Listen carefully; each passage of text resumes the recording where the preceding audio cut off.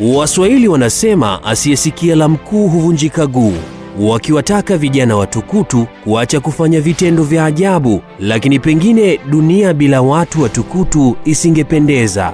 Huko nchini Italia, mnamo mwaka 1990 katika jiji la Palermo, Sicily, alizaliwa kijana mmoja ambaye wazazi wake ni wahamiaji wenye asili ya taifa la Ghana, ambaye alipewa jina la Mario Barua. Baada ya wazazi wake kushindwa kumpatia mahitaji muhimu, Mario ilibidi apelekwe kwenye kituo cha kulelea watoto, na ndipo mwaka 1993 akiwa na umri wa miaka mitatu tu, familia ya mwanaume wa Kiitaliano Francesco Balotelli ilipoamua kumwasili mtoto huyo ambaye alikulia kwenye maisha ya ufukara. Mwanzoni Mario alipewa ruhusa ya kwenda kuwaona wazazi wake halisi siku za mwisho wa wiki kabla ya mzee Francesco kukamilisha taratibu zote ambazo zilimpa haki za kuwa mzazi wa Mario. Ndipo jina la Mario Balotelli lilipozaliwa. Pengine hii ndio sababu inayompa uchungu na kuonekana mtukutu katika maisha yake ya ukubwani. Lakini Mwenyezi Mungu hakupi shida bila ya msaada. Kijana huyu alibarikiwa uwezo mkubwa wa kusakata kabumbu na kufanya sura yake iwe ya furaha kwa kuishi maisha ya kifahari yanayotokana na miguu yake. From long distance, lifting it into the corner. Absolutely brilliant Cavallo.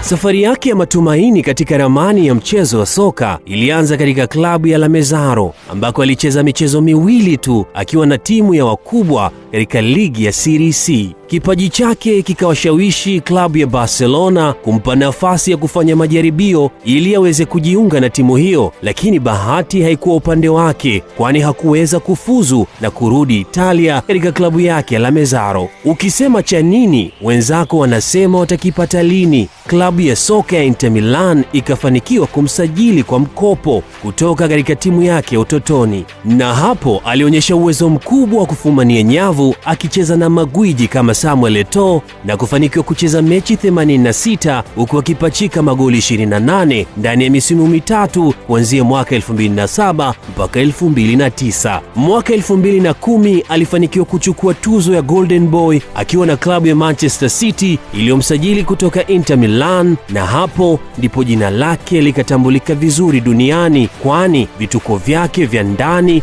na nje ya uwanja, ikiwemo kubadilisha style za kunyoa nywele kila kukicha, viliwafurahisha mashabiki wengi wa soka.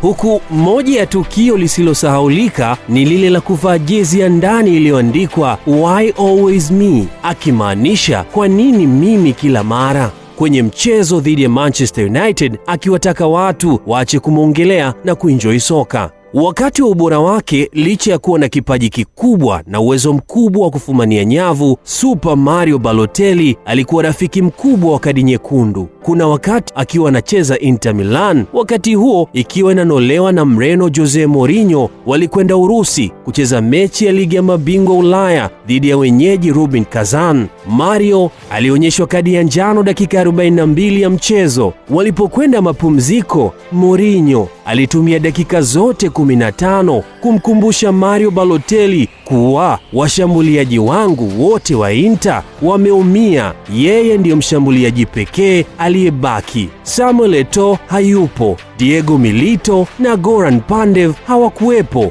hivyo chonde Mario, usimguse mtu tukirudi uwanjani, cheza mpira tu, hata ukipoteza kuwa mtulivu bwana we.